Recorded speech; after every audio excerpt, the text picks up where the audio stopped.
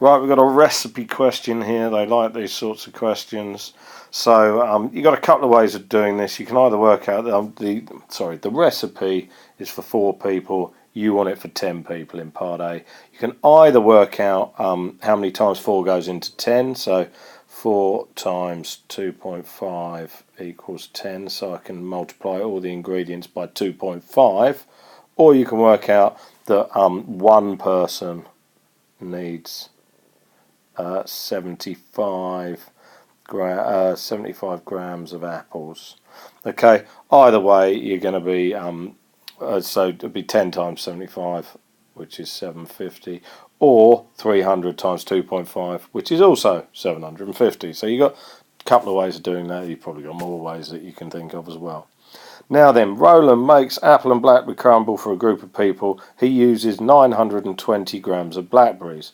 So blackberries is 115 grams. Why don't I work out, alright, how many times 115 goes into 920, and that's 8.